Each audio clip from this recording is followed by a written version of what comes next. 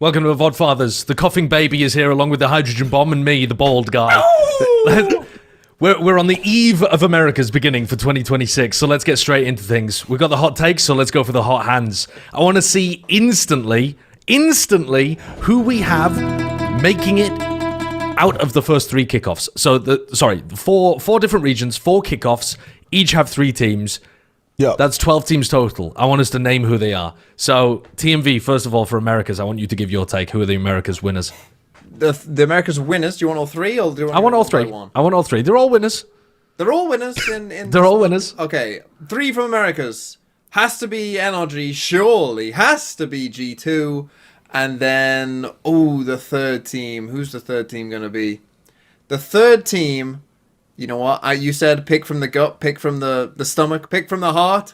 The third team will be a resurgent crew who comes back and goes on a full lowers run with their team.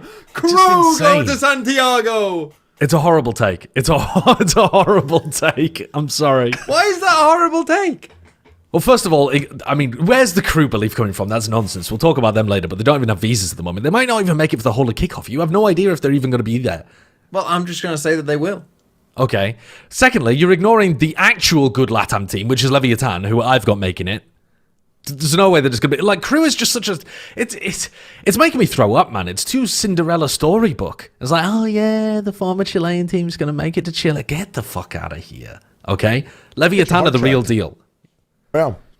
They're going to make it... Leviathan are going to make it over, in my opinion, G2. I think it's going to be MIBR, NRG... and then shock horror, Lev make it G2 fumble. MIBR are going to make it on the top side, first place. Don't care. They're going to come out swinging. Twice? They got to beat NRG and then they got to beat G2 after that. No, they don't have to come out in the top bracket. They can come out wherever the hell they like. Will they come out in the top bracket though? Yeah, maybe. Who's coming out in the top bracket? Who's coming out in the top bracket? Dude, don't ask me these kind of questions because now I have to look at the bracket. That's what you have to think. So okay, give me a second. Leviathan beats G2 and then beats NRG or MIBR. Analyzing. I think... listen, I don't know. Either NRG or MIBR are going to make it through. Whoever wins that game in the upper bracket between NRG and MIBR are making it out of the upper finals. Don't ask me those kind of questions. I already gave you the hot take. Okay, cool. Who did you say? You said NRG, MIBR, Lev. Yep. Shit. And take it to the bank. Okay, listen. America love walls. They love building walls. They love making everyone else not participate, all right? Even taking over Greenland. Option select. In the corner, many options you have. In my opinion, the wall's too big in America. You can't break it. G2, NRG, MIBR. Oh, it's so dull. It's so dull. The wall's big, man. The wall's just too big. MIBR haven't practiced. I don't think they'll need practice, man. Aspas is not well. No, he is. Well, as far as we're aware, Aspas is well. Aspas has a better heart than before. He's got a better gut instinct. They've actually, surgically, cybernetically enhanced this individual. Bro says the form of human perfection. It's says crazy. We don't know that about Aspas, as if he does have a health report on every other player. Like he knows for a fact that Valen doesn't have the sniffles today. What are you talking about? We don't know about any of the players. Yeah, any of them could be shitting their pants right now. Had a surgery. Yeah, yes, he's had a surgery, and he said that it was a preemptive surgery to make sure that things don't get worse in the future. And as far as we're aware, he can play, and he'll be playing fine, and he's the greatest duelist of all time. And they haven't practiced. I just simply don't care. They have practiced. They've been practicing. They've been scrimming recently. They've been scrimming in the last few days, and I've been hearing astonishing things. And also, they're going to be playing for 3 weeks. Well, 5 weeks potentially. I mean, it depends how many games they play, aren't they? But they could get a lot of practice in over the course of kickoff in order to potentially squeeze in third. They'll need it. All right. Let's move on to the next one. EMEA. Okay. EMEA region. Let's start the other way around. So, Shayo, you first. Who's the top 3 teams coming out of EMEA? EMEA, give me Fnatic, give me Giants, and give me Team Liquid. That is Team my 3. Liquid. Yeah. Damn. Team Liquid, like Umamasume, middle of the pack, late activation on the last turn. 3rd quarter bracket, comes through, wins Vitality, big upset. Heretics, comeback was not enough. Brought the curse with him as well. Ooh. That's my hot. Oh, that is God, a hot take. Dude, that one actually is hot, though. That one's hot. If we're going backwards, I guess that's me next. That's I think you. Fnatic's a lock. I think Fnatic's going to be fine. Okay. Even though they've lost Kron. I think that's going to be fine.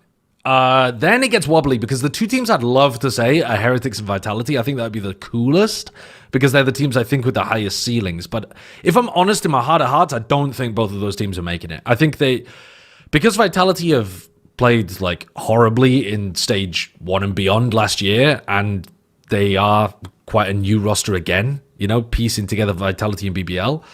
I don't know whether to believe in them, and because Heretics constantly choke when they're into like big important games, I don't know whether to believe in them either. But you know what?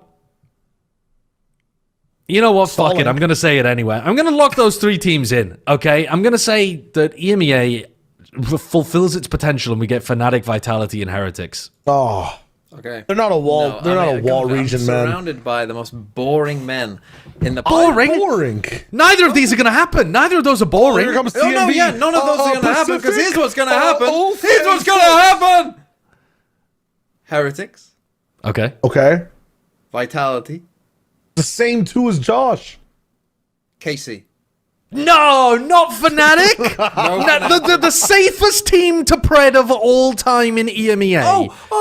Go back to last kickoff. You would have said the exact same thing. Did they make it? Hulk Hogan rolls his ear. What? No. They're not going to make the same mistake twice, though.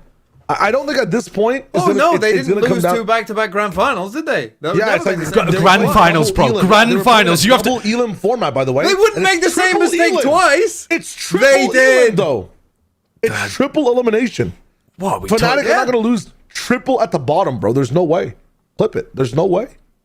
I mean, it would be the funniest thing of all time. There are so many teams in EMEA that if they make that upper bracket final and then they lose and they go into the middle bracket final, if they lose again, oh my God. Because it doesn't just have to be Fnatic. And it works with Fnatic now because they lost 2 grand finals last year. But if it's Heretics, that's cinema because they're just the second place choke team. That's just like iconic.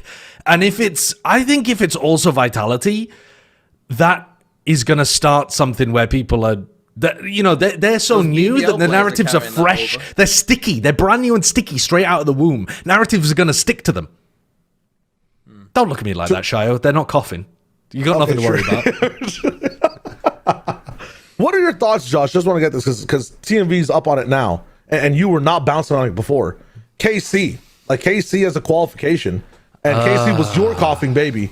Now is an adolescent, healthy individual almost. We don't know. You quoted. You said, "I don't see the vision," but on many podcasts, Blackshot Vodfathers included, many people have been seeing the KC vision. I know. I think maybe I just don't have enough faith, right?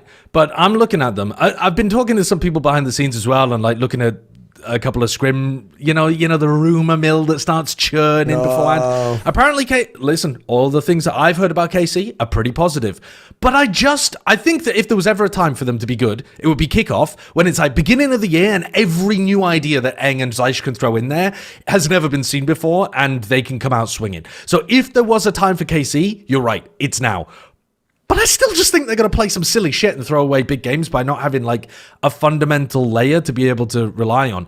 And I'm sorry, but that's because they've spent the last 2 years burning me a little bit by looking like they've got some great stuff cooking, but they always kind of fall short when those ideas run out. Like, it's great to have good, even a bit cheesy ideas. Those are fantastic. Throw them out in the first time or throw them out in a bracket game or whatever. That is what gives you so much credit as a coach or an IGL to come up with those kind of ideas. But if that's all you got in the arsenal, that's where I start to get a bit worried. And that's where I'm at with KC. I need proof to the opposite. Happens at Santiago. That's what's going to happen.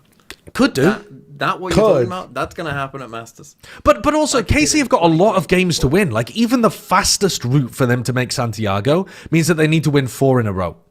That's a lot of, like, if they play like they did in the previous years where they use weird comps and stuff, that's still a lot of games to win with that kind of style. I think they can do this. I think that their route isn't that challenging.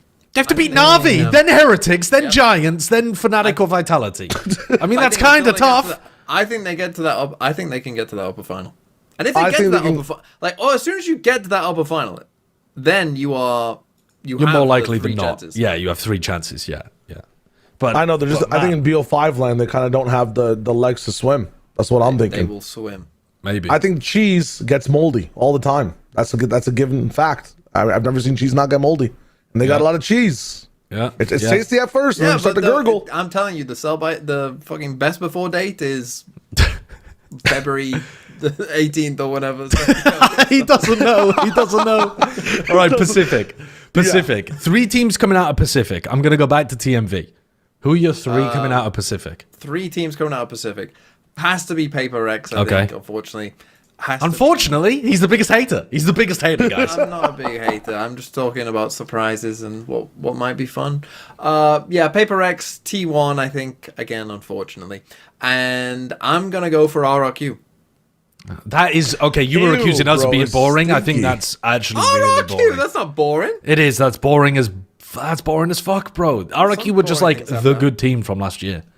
Go on then. I know, but like RRQ, you're basically literally choosing the cheese that expires on the flight to Santiago. Like they're doing nothing at that event. I made my Pacific pick'em today, and I had full sense doing what you said, which is lose all 3 finals in a row. Oh wow. Damn. That would be again an amazing narrative. No, would it? Their whole thing was checkerboard, was win loss, win loss, win loss. If they lose, that's a diabolical way to start. What would happen if you win loss from their position? Actually, so they would win a game against Zeta. Lost DRX. And Okay, then now from you there- interpret a triple elimination bracket for me. Where the hell do they fall to? Yeah, 100%. I got you. So if you lose would an upper round 2, you go to win mid round. Zeta, lost DRX, you fall down, and then they fight Global or Viral. So let's just say they fight Viral because Just go Global is out more like likely to lower win. Round 3. Okay. And they win against Viral, and then they're fighting, let's say, DFM. I'm just doing this super fast. This is kind of sick. Then they're fighting the winner of DFM versus Secret. So let's just say DFM win that one. So they lose against DFM. All right. I mean, that would Boom, be big. boom, boom, boom. Now they fall all the way.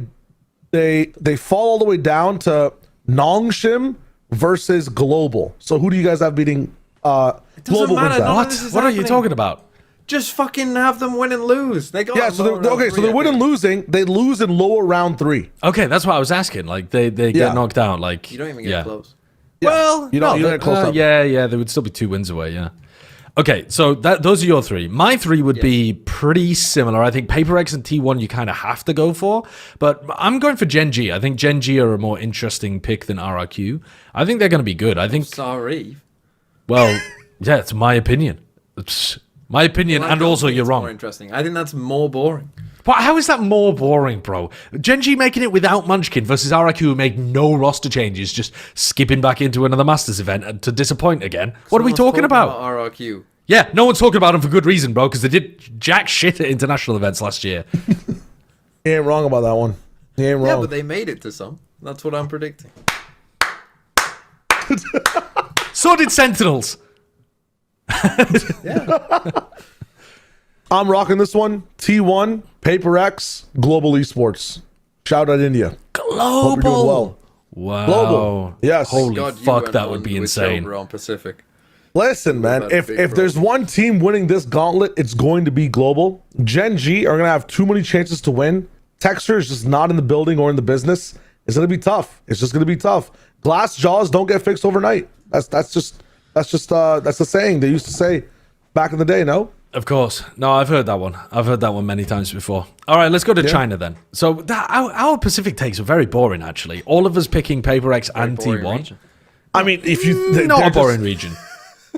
Not a boring region. Wrong. China. Yep. Chayo. I got my 3. DRG, DRG, and DRG. I mean, yeah. You've got one Real out of talk, 3 the same as DRG me. is qualifying. It's happening at some point. EDG makes a resurgence. Let's just give them that. And I'll toss one of you guys a bone. Psych, I won't. JDG is gonna be the 3rd team making it all the way at the bottom. Fuck G-Li. Wolves ain't doing shit. Those are my 3. I would agree with you for DRG. I think they're a slam dunk. I Yeah. think they're the only slam dunk. I was shocked Really? at how bad Billy were, and they were the other team that I would be looking at based on last year's performance.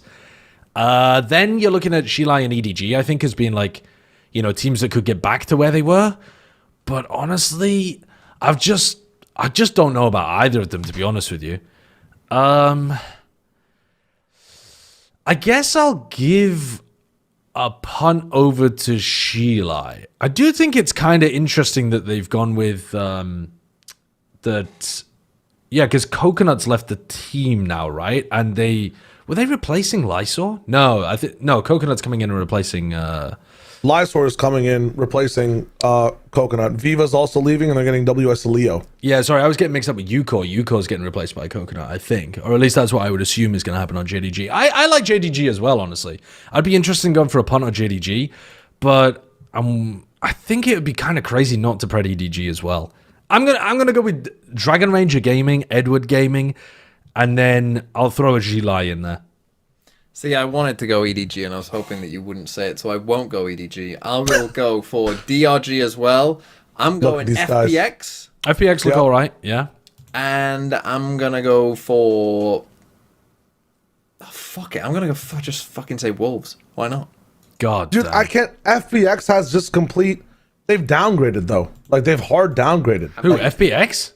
I think so. Yeah, Autumn and Yosemite were like two of the fucking best players on that roster. They were really good, but Scary's going to be great with this team, I think. You just give him enough time. And Cetrod looked like a good pickup, in my opinion. I was enjoying watching them with the Radiant. Time. We don't have time, Josh. We don't have time. It's well, that's why we didn't pred FPX. I mean, I'm on board with you, but I think later on in the season... This guy did. Well, this guy right here did. He also believes in Wolves, and Wolves did... And Crew! I think Wolves made downgrades. I think it's crazy that they've signed Satoshi, who looked really good in Ascension, and they're not playing him, apparently.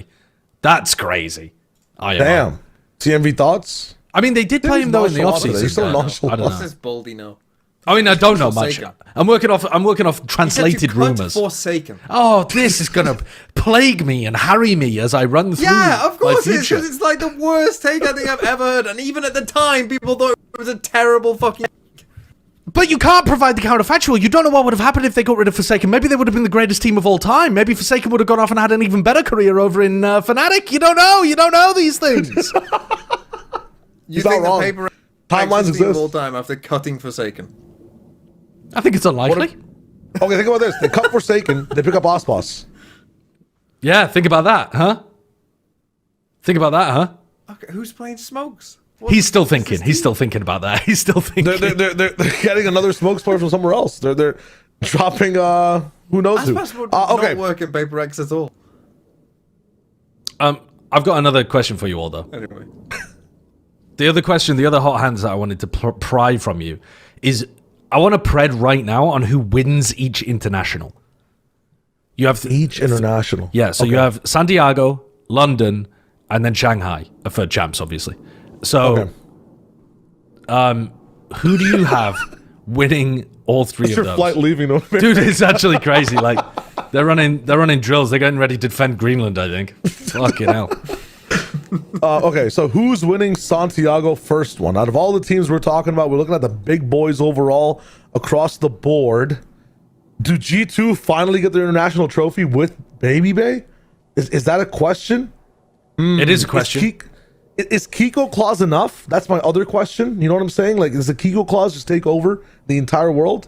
And the last question is, if Fnatic are here, why aren't they just taking the whole event? You know what I'm saying? Who's all of age, by the way, coming into this event? Is Sayonara allowed to play in Santiago, or is Sayonara not playing to like stage 2, stage 1? Sayonara officially turns 18 during Santiago, making it extremely unlikely that they would actually run him. Okay. I'm saying in Santiago, the winners are going to be, and this is going to be a crazy fucking poll, DRG. I'm going to say it's DRG. DRG! Oh yes. My God. Did you see how close they were to literally qualifying through, by the way? I don't know what would have happened in playoffs. You put Vukashu in those clutches on every single map, Lotus, and whatever that second map was. They were qualifying. They were qualifying out of that. Okay, but you're saying if they had their full team, they get out of groups versus... I'm saying it's DRG wins Santiago, and I don't think that's the worst thing. It's the one thing. It's the one team you guys could agree on, by the way, in China that has to. It's a slam dunk. They're gonna make it. Yeah, they're gonna make it, and they're gonna fucking prosper. They might even make it out of groups. Wolves will get top 3. Who would have thought about Wolves? Yes, but just because one unlikely thing happens doesn't mean you can always keep saying that unlikely things are going to happen. When one domino falls, the second domino falls. When it happens in China, It might Stays in happen China. again. Yeah. Okay. That's my take. And then let's all do Santiago. Who do Yeah, you go think on then. wins Santiago? That's fine. Yeah. That's fine. Okay, I will say Santiago winner is going to be, in a shock twist, Team Heretics. Wow. Okay. Okay. I mean, like that one. that's a sideshow ass take. That's a crazy Heretics cope level take. Why? Where has that come from? Well, we haven't even seen the play. Didn't you not even have them? Did you even have them I qualified? had Fnatic not qualling. I had Heretics. Oh, yeah. I had Heretics Okay. winning. So, how does this happen? I actually think it's quite simple how this happens. Basically, Comeback just is the player that people thought he was going to be when he joined Tier 1, like coming from Tier 2. I think if he is that player, and that's like turns out to be a big upgrade from Miniboo, then I think it's actually very realistic that they could win the first Masters. Like, if they have like a top 5 duelist in the world kind of player, alongside what they've already got, I think it could happen. Okay. I'm going to go boring here, though, and I'm going to go with Paper X. I think that there has to be some Paper X representation here in our Santiago predictions. They've made an on-paper upgrade to a roster that was already one of the most talented in the world and was hunting for trophies in the previous year.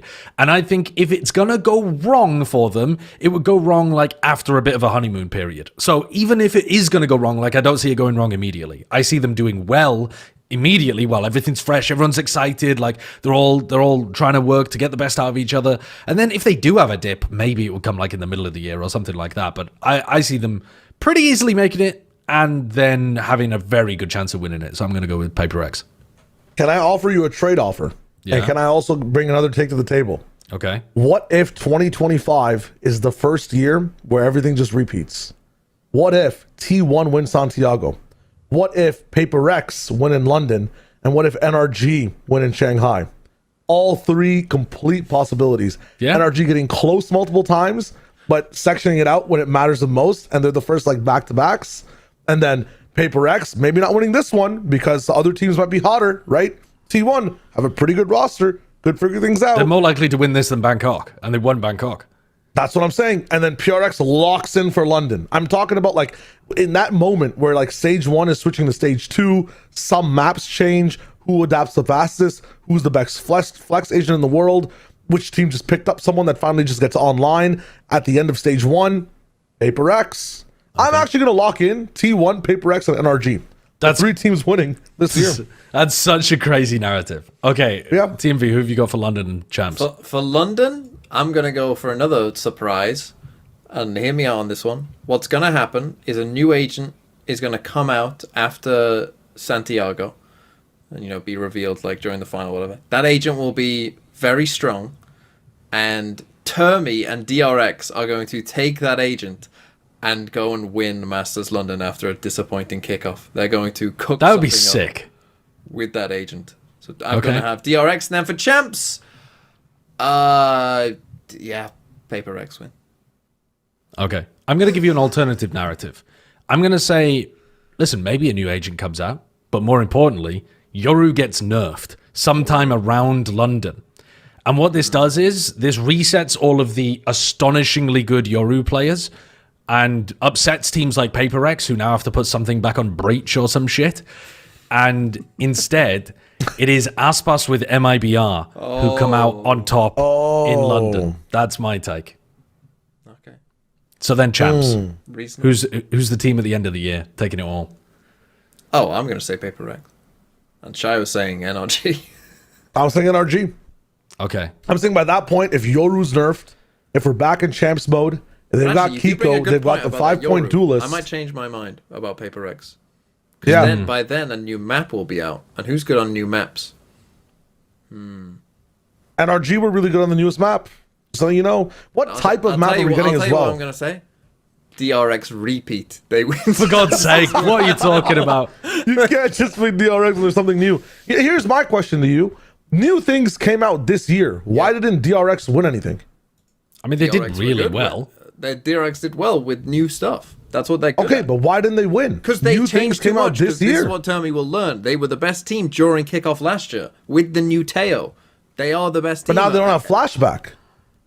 They'll figure it out. Yeah, they'll make 10 roster changes by the time we get to fucking London. It'll be a completely new I'm roster. looking at Ship a of Theseus different roster. I'm DRX. looking at Hyunmin and Alright, Mako cool. and 3 strangers. True. I'm going to go for Vitality lifting the Champs Trophy at the end of the year. Chronicle cannot be denied. Okay. I like that. It's pure narrative. True, but he wouldn't have won either of the other trophies, and Aspas would be sniffing up his ass for greatest of all time, and so Chronicle locks the fuck in and wins Champs this year. Okay, let's go into our next topic. TMV wanted us all to pick a pet team for this year. We kind of have them in China, but we've got to decide who is our version of Corleone's cat from The Godfather. Who are we stroking? We already have our teams in China, right? Like I was a fan of XLG. Maybe I'll still be this year. TMV was a big fan of Announce Wolves. it right Are you now. going to be? I don't know. What do you mean? I want you to pledge allegiance to a Chinese team right now. Who's it going to be? You gotta do. Chio's You got team to is choose now. You DRG, got to right? choose. You're the DRG. I'm DRG. But Yeah. the thing is, I would like to pledge allegiance to XLG if they look like they're decent, but I haven't seen them in a while. Big And Glory Hunter. You gotta stick with You it. have to. but that's the whole reason for this. Big The whole JDG, but You can't be a Never mind. bandwagon Andy. Look, I genuinely do like Stu, and I do think that JDG is going to be good, but I don't think they're going to make like a lot of international events, and I don't think they're going to be better than DRG, so I'm setting myself up for pain and misery, but fuck it. I'll go with JDG. Okay. I think they're going to be a dark horse. Okay, we offer you both, and next episode or after China week 1, you have to make a decision. Yeah. You have to announce your actual, but it has to be between those two teams. Okay. And then we Excellent. pledge allegiance to the team. And then we pledge allegiance to the nation of China and the Well, team. Yeah. the team. yeah. The team. EMEA. Where do you want to go for EMEA? All three of us. Who are you signing with? Which hat are you putting on? Well, I am actually signed to a team in EMEA, so Yeah, I think you haven't kind of have threaded to them? do that. so But you haven't threaded them for any international wins or qualifying to international Santiago. wins. I mean, for winning an international, and that I would think be they an will insane make an blow up. international, but to win an international, like I'm not. Which international are they making? They're gonna do the classic foot. They're gonna revert back to what they were and make the second one and champs like they always used to. All right, cool. That's the old foot way. But if I could Josh? pick foot, if you were making me pick someone else, I would pick KC right now. Okay. You have the option. Week 1's happening. I don't know how long your contract is, but you have the option. No. It's foot. It's foot. It's got a 1 week contract with Foot. The D1 treatment. I'm gonna go with Heretics again. I feel like I've hitched my horse to the wagon of Heretics for quite a few years, and I'm gonna stick with them. I think that 99% of fans stop right before Heretics wins the big VCT trophy, guys. 99% of fans. The other one that I'm considering though is Vitality. Because I really do believe in the way that Vitality's been constructed this year, but I think that's just a bit cheap, to be honest with you. They're just like the super team that I think it's really easy to root for, so I'll stick with Heretics. Cool. I'm rooting for Vitality because it's cheap and very easy to root for. Yeah, honestly based. Yeah, I was thinking about Fnatic as well. Oh, Fnatic or pick Vitality. Fnatic. Oh, my fucking bets. Holy shit. You can't. Yeah. Get real. I really wanted to go with Na'Vi, but rumor Yeah. mills have pushed me away. The tide has kind of pushed me away from Na'Vi. And I was actually on that. I mean, everybody was, but the moment I heard the Vitality changes the year before, I was like, damn, I want to be on this team. As soon as I started playing, damn, I don't want to be anywhere near this team.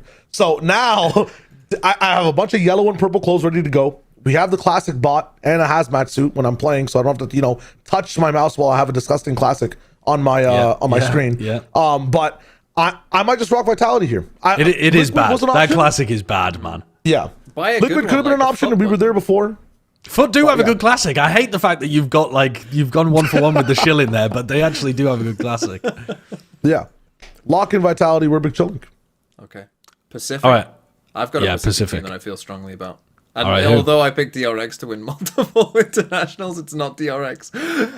I feel strongly about Full Sense. I like Full Sense. I like Cruz being the coach. I even though I picked this team to lose 3 finals in a row during kickoff, if that does happen, that's going to strengthen my resolve and belief in this team, because then I will be invested in hoping to see them succeed. So I'm going all in on Full Sense. Okay, cool. I like that. My heart's torn again because I I think the team that I'm most excited to watch is Varel, because I really enjoyed watching them during Ascension. I thought they were nuts as well. They're like very, very aggro, very willing to just throw themselves in there. A bit crazy as well, but then with a super good cleanup player. I think they're going to be good in Tier 1. I think people might even be underrating them a little just because they are a Tier 2 team coming up. I would like to punt for them. I do believe in Gen G, though, as well. I think Gen G are going to be a good roster. I think that they're very smart. I think the coaching staff are going to prove this year that it wasn't necessarily just Munchkin. It was like Munchkin being molded by the coaches. And I mean, I know that some of us have had that take for a while, but I think this is the year to prove it because Munchkin isn't there and they're working with Lakia instead. I think, though, that one's a little bit less out there. So I'll go with Varel. Varel's where my heart is. Gen G's where my head is. We'll go with the heart. Cool. I'm going to go with the money. I'm going to go with the big boys. I'm going T1. I'm locking with. We're going with the corporations today, man. Vitality T1. We're going big. Dude, do you remember the T1 card that was just a giant corporate house? Yeah. It was like just a giant block of offices. The T1 building, like all the fans are like, I love the T1 building. I've heard rumors that they might even bring out Faker for like London if they qualify, just to spice things up because the game's getting too easy for them. So Right. if that happens, that'd be crazy. Just had some insider info on that. What But I'm agency gonna rock gonna with T1. He's gonna play Azir. Like he's gonna port it over. They're gonna do that for him. Yeah. He's gonna be playing League and instead of like 1-to-1, just translate into Valorant movement and crosshair placement. It's totally fine. Yeah, I'm going with T1 this year. I think they're gonna have a good year. Really good kickoff. I hope it translates to more because that was the issue last year.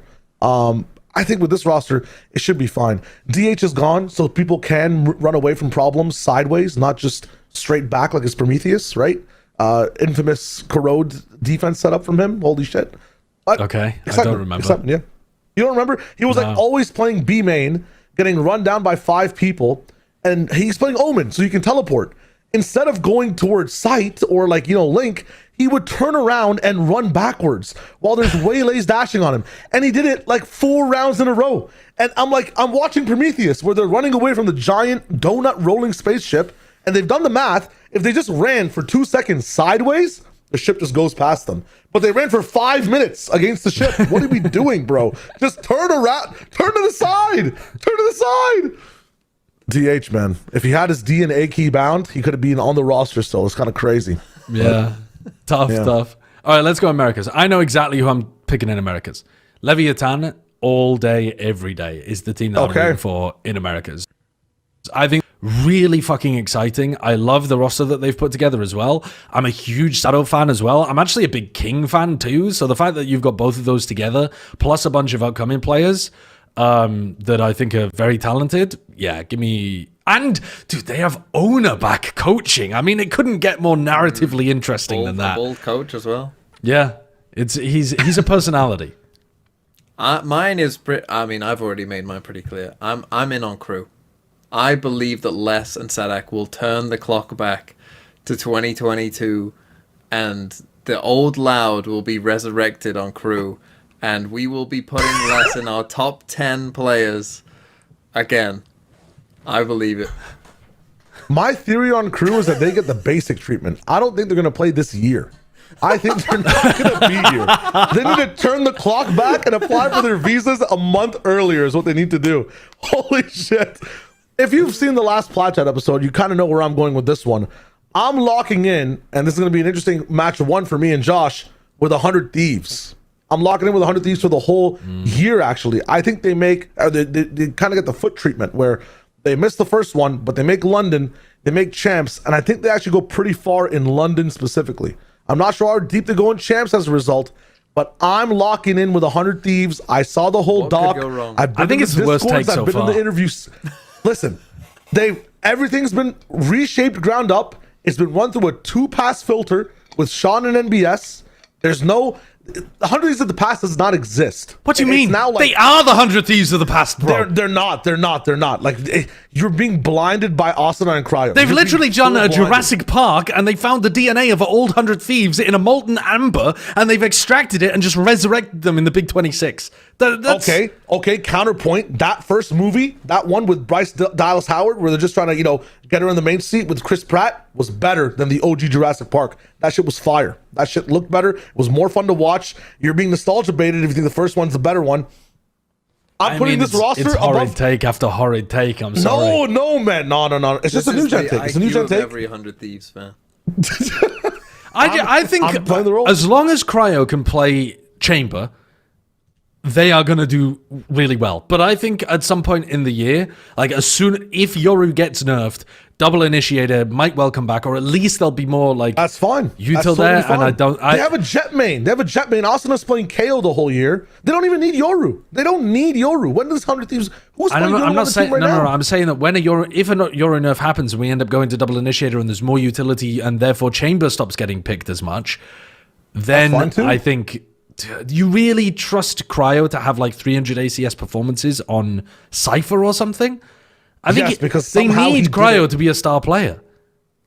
Honestly, I don't even think Cryo's that guy. Like, he doesn't need to be that guy. It's cool that he's that guy. They need Timatino to be that guy, and he will continue to be that guy all year. I think I think he will, but then who else? All right, anyway, let's the next part of this is finding out who Shayo's favorite players are. Oh God. Via VFL. Sorry. TMV, give us the spiel. So, VFL is up, as I said yesterday. It got released for kickoff. I haven't quite made my team yet because I'm going to make it on stream with the help of my chat or. With the help. Roast me. Not with the help of. They're going to roast my picks. The wisdom of the crowd.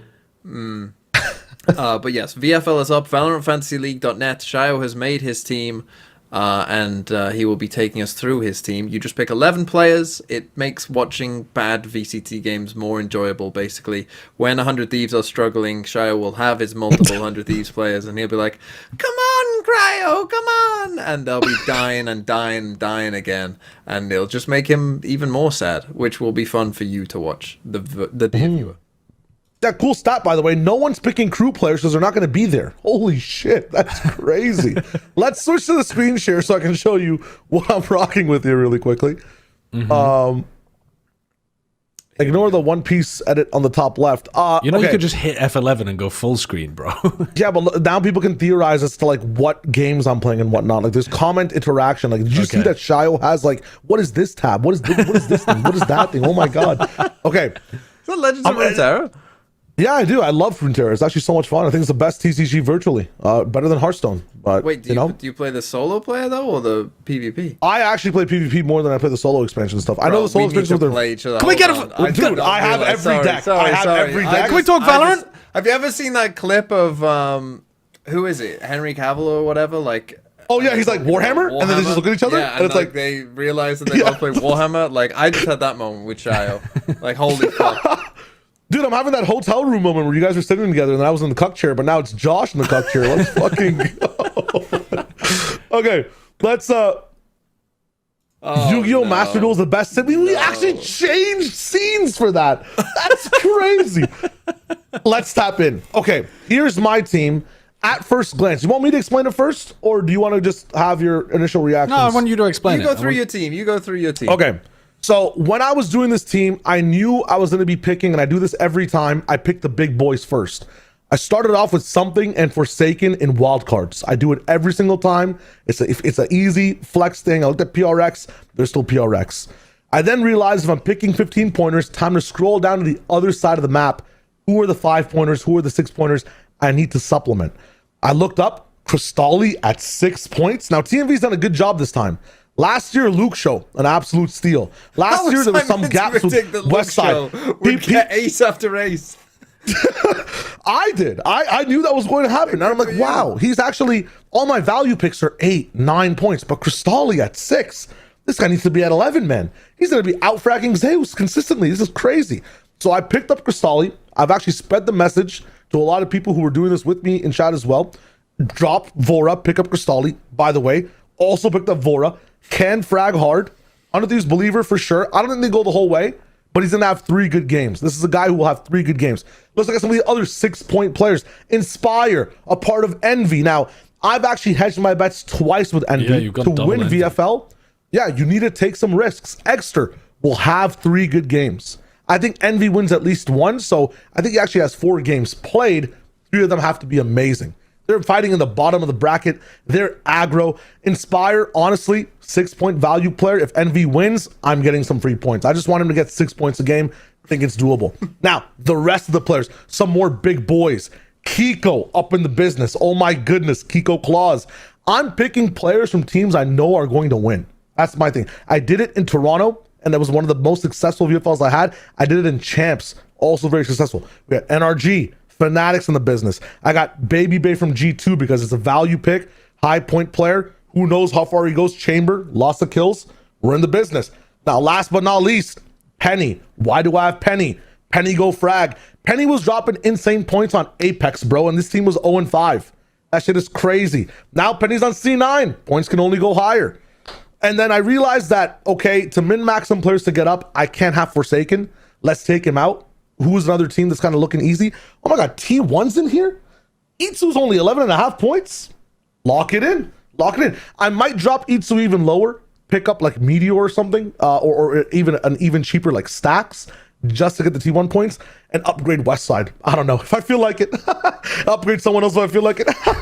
I don't know. But I've got the formula and the foundation there. Gentlemen, what are your thoughts? 20% of my company for $100,000.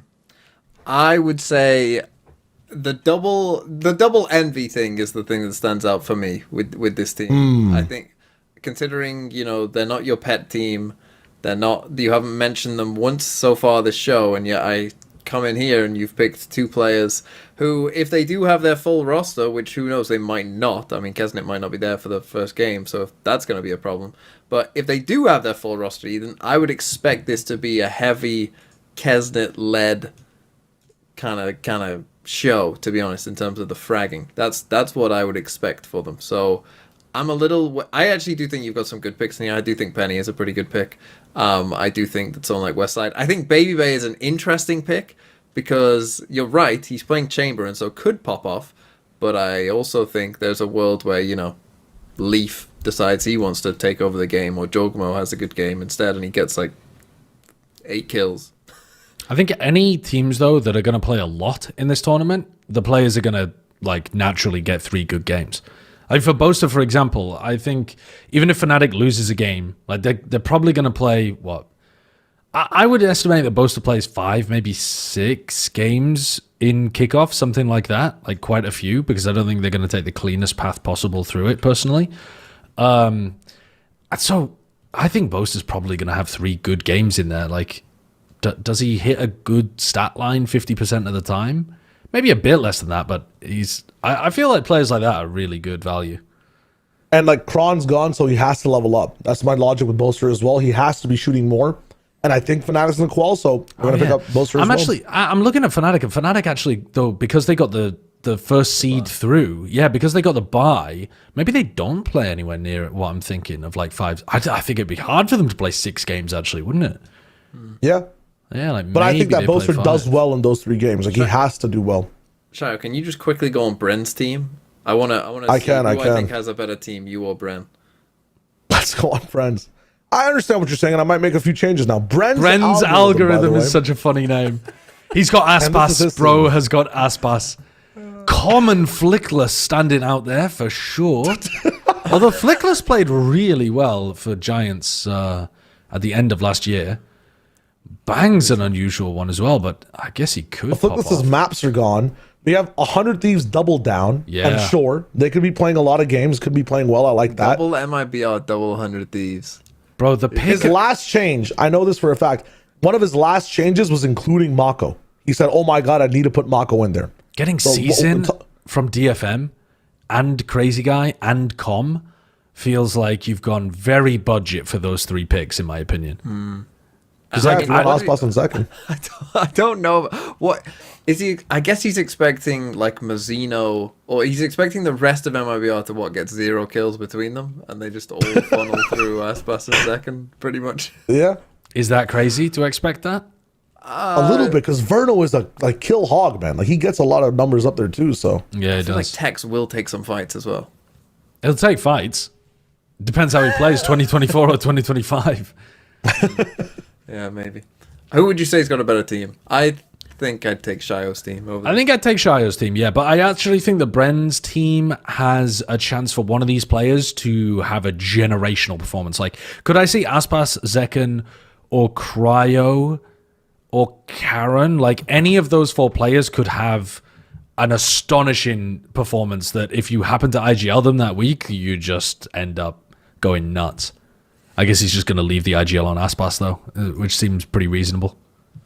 Hey, hope it's not Toronto Aspas. That's all I'm saying. Because that would be one horrible. ever You were tournament he's asking played about badly. like, oh, Aspas's average seems so low. I mean, it's just because of Toronto. Like he got famously It happened, IGL'd Aspas during Toronto. And Yeah. he got like 1 point That is funny. in all of his games. The last time Bren hardcore believed in Aspas, he dropped the only stinker of his entire career. That's so funny. Why is there a chair in front of him, by the way? I just realized. That's the MIBR. Why is there just a... That's the MIBR like The player MIBR card. player card is like an Oh. old school like LAN setup. So it's like And then a pro player right in front of him afterwards to signify the growth of your dream. yeah, I like exactly, that. exactly. All right, let's move on from this topic to everything's on fire. We've alluded to it a couple of times throughout the episode, but there are massive visa issues by the sound of it hitting Americas. Maybe there's going to be visa issues hitting the other regions as well. It's just because Americas is starting early, so people are kind of forced to announce it. But Sadak was talking on stream about the fact that apparently nobody on crew has a visa. That's Well, a my massive question- problem. How is it that that team is missing out, but there are other like LATAM teams that are there, other South American teams that do have visas? Yeah, I don't know. That's a bit boring because it's not. I was thinking at first like, oh, is it because like Sadak and Les were in EMEA last year and so didn't have one? So, it wasn't like a renew process. But then I was thinking, well, Silence was on the team and he was on 2G last year, so he had one last year. Like, yeah, it's all a bit strange. It does seem like that makes it seem like it's a crew issue. Yeah, right? but like they didn't apply it's- as soon as others. It's possible, but teams know that this shit is crazy. And I think it's more likely that crew did things properly, and it's just that the US immigration system is an absolute crapshoot. Like, sometimes you go in there and they're just like, yep, rubber stamp, no worries. And sometimes you go in there and you just get an officer who doesn't know what esports is, or thinks that you're bullshitting, or looks at something from the past, or like it flags up something weird in the system, and they ask. Normally these delays are because they've asked for additional evidence, and you've sent it like way before. This is the reason that I got trapped in the UK for like 3 months, I think it was, in 2019, was because they kept asking for additional evidence of stuff. So every time I would send off the evidence, they'd be like, actually, we need just one more document, please. And then I'd send off the other document, and they'd be like, but what if we asked you for one more little document? And for whatever reason, like, sometimes you just run into that kind of shit. So if it was Furia again, I would be on board with the theory that it's like the org completely fucking it up, because they've had problems year after year after year. But when it's crew who have never run into this before and know what they're doing, and the US is in such a horrendous situation right now in terms of its immigration policy, and is like especially concerned probably about people coming from Latin America because they just fucking abducted the leader of Venezuela. Like, I think I think the issue I would suggest is probably on the US's side rather than on crews. Yeah, I would hardly agree with that. My headcanon actually is that Officer Jones, who's the person working the case, is a hardcore Counter-Strike Furia fan. Right. And saw that crew was playing Furia and was like, I'm going to delay this process as much as I can, bet very hard on whatever side I need to for Furia, and then make a lot of money and let these guys come in afterwards. Little does Crazy he know. conspiracy theory. Alternate conspiracy theory. The officer that got assigned to the case is actually a big Kesnit fan. And so when he saw that he was getting all of the crew applications, he's like, oh my God, that's so cool. And he opens it up and he goes, wait, where's Kesnit, bro? Where's Kesnit? Sadak's stolen the team away from him. What's happening? And he's just hit deny immediately. Deny. Get the fuck back to EMEA. Go play with Carmen Cobb. Go and play Harbour again. I think he's just a big Kesnit fan, personally. Yeah, I would. It'd be so funny if Crew's just in negotiations. Like the officer just said, you have to have Kesnan on this roster. Or I don't believe it's Crew. And now they're they're talking to Envy. Please, just for 1 week. Now the problem is, see, the big problem though is that the officer, Kesnit sent his application for his visa in, and the officer that got his was a big Sadak fan, and so it's just all over the place right now as well. Because unfortunately, Kesnit also apparently is he got his visa back, but he doesn't have his passport. So the way they do it is they put the visa into your passport and then they mail you your passport back. And apparently he hasn't received his passport in time to play the first match. So he has said like he's expecting not to play the first game. This is from a leak of him typing in somebody's stream chat, by the way, a couple of days back. So like maybe it could be out of date and maybe he's got his passport by now. But the most recent information is that he would miss the first match and be back for second and third for Envy. Or, second, There's third, safeguards fourth, for that fifth, too. Like if you bought an air tag and like you took the chip out of it, put it on the back of your passport, and so now you know where it is. If I'm Kesnan, I would do that and then hunt for my passport, right? Break into whatever van it is, get it out, and then get on a plane immediately. Like I'm making that first match by any means, Well, like maybe he's doing a you have side the show. resources. He's going to turn up, about 4 hours before the game starts, ready to do his work. Yeah, easy peasy. Why not? But yeah, it truly is insane it's happening like in this time this year, especially like it's understandable sometimes, especially with that the Toronto turnaround for Nats not making it because EMEA had like less time and then they had a delayed match against KC to see if they would even qual, whatever it was. This time though, I think the most surprising thing is that we've had months. Like Crew is known that they've been a team. I'm not sure when the team fully formed with all their players, but we have months on months on months. My question for Crew is if they qualify to Santiago, might be a bit easier, but for London, for like Shanghai and stuff, if we're delaying visas on months now, like when you only have weeks later, that's going to be really tough for like a team like that if they're already having problems. Potentially. I think what it also says is that every single year we're having problems with teams not being able to attend the first weeks or, sometimes even longer in Americas. Like, at what point does the extraordinary... the extraordinary expense of not having it in LA, because let's be honest, like LA is easiest for Riot because they have a stadium there, the developers are over the road, like they have all of the infrastructure, all of the people who live there and work on the show and all of that kind of thing. But at what point does the extra cost of moving it to Brazil actually just make sense if all of the teams are able to attend? We've had this every single year now, and I think... the traveling road shows and stuff are cool, and the fact that we're going to be going to Brazil is cool. But in terms of the visa stuff, hopefully we don't see the same thing in Korea. As well, right? They do, yeah. I have a different solution, man. You got to look the other way. Don't look south. Look up. Look straight north. Go to Canada. Zero visa issues, apart from one player in Toronto, and that player was not in America and not in Brazil. Toronto, lots of free real estate. I see businesses shutting down all day. So I guess it might be a bad thing to open up a new one here, but get an office. There's places. Is the American government is more likely to pressure Riot to put it in Greenland to cement their claim. Yeah. Well, better ping. Better flight for you. Yeah. Plenty of advantages. Lots of good stuff. Fucking hell. I wanted to ask you guys, there's going to be a number of teams that are playing with a sub a kickoff, and so I wanted to ask you, in fact some of these teams are going to be playing for a sub for even longer, so I wanted to ask you, like, which of these are actually going to do the best with their sub?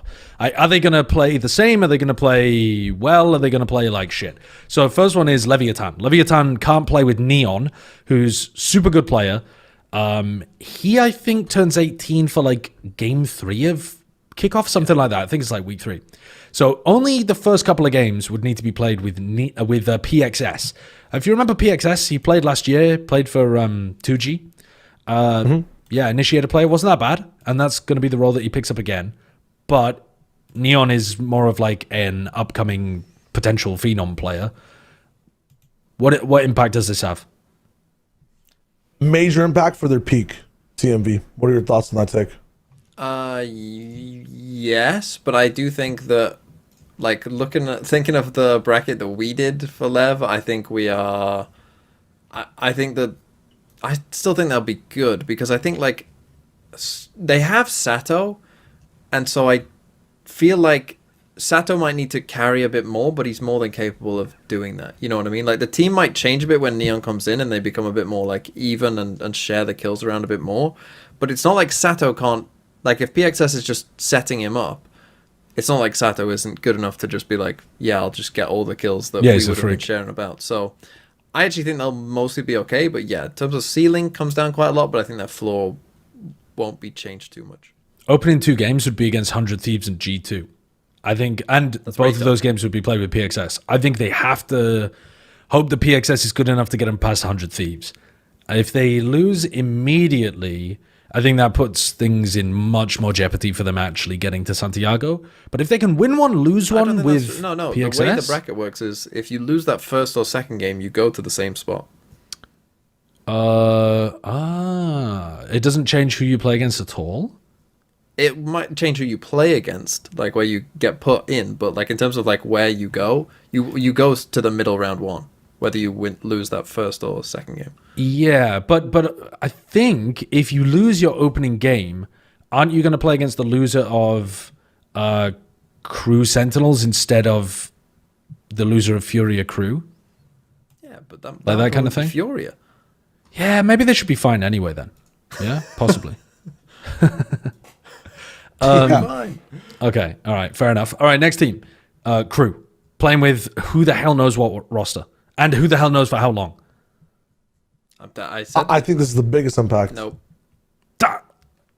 Brother. You were on the Crew train because you believed in Sadak and Les resurrecting the spirit of old 2022 But Loud. here we get to the truth of the matter. They're going to pick up a tier 2 team from NA for this first game against Furia. And what was the only game that Furia won last year? With a tier 2 team. And what's going to happen this year? Furia are going to get on the receiving end of the same thing. They're going to get beaten by the stick of the tier 2 NA Challengers team, whoever they pick up. And they're going to win that game.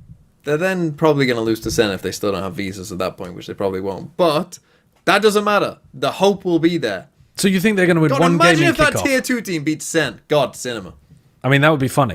But Well, it's happened almost, right? Like, even at the Sen Invitational, like, what if they're just picking up Cubert Academy and they come in God, and if it's they a pick up close game? Cuba Academy and they beat Sen. wait, but there's no way Cuba Academy would be allowed to play in a bracket for this against Sen. That's insane. Wait, but they're not Cubert Academy, they're Crew. True. But they are Cuba Academy, bro. They'd still be under contract with Cuba. Tear the contract up, put it under the bed. Oh, They don't know that's about Under shit. the bed. We got to get out of the United States if this is what's happening to kick off every year. We gotta get out. We gotta get out. Okay. But honestly speaking, I'm kind of on the. It's crazy to say. TMV might be spinning. No, bro. what are you talking about? Hear me out. He's got convincing me, because if Crew does win with that Challengers team, there's no VODs on what the fuck they're going to be doing, and they have another easy leg up on Sentinels. Like, Sen has nothing. Their first seed or fourth seed does not matter. They're coming into surprise Crew. G2, the VOD review team, has less to watch. You know what? For G2 versus Crew, bring back the Challengers team. Fuck it up. They can do whatever the fuck they want. I think they'd have. I think they'd still have the Challengers team at that point. That game is January 31st. I don't know. Okay, He might be I think cooking. you two He are might be fucking cooking. insane on that take. But let's move on to the next one. Ulf are going to be playing without Sop and Echo, so without their star duelist player and also without their star Senti player. I think these two are some no of their difference. biggest fraggers on the team as well. That's Although pretty Audaz is really good too. I'm gonna say no difference whatsoever, because the people coming in, Demer and forget the other guy's name. Stern? Stern, play the exact same roles, play in very similar styles. My theory for this one is the team actually gets affected in stage 1, because the replacements coming in have a wider Asian pool, have more possibilities, and they might explore those in kickoff. And then as a result, when Echo comes back, only playing Cypher, not having Stern's like Vi's type of gameplay coming through, then, you know, what happens then? Did we like the stand-ins so much? Are we going to stick with the power of friendship? Like, what if Ulf does really well with the stand-ins, then the original roster comes back and vibes aren't as good? That's where my storyline for the team is. I think the stand-ins are okay, good enough.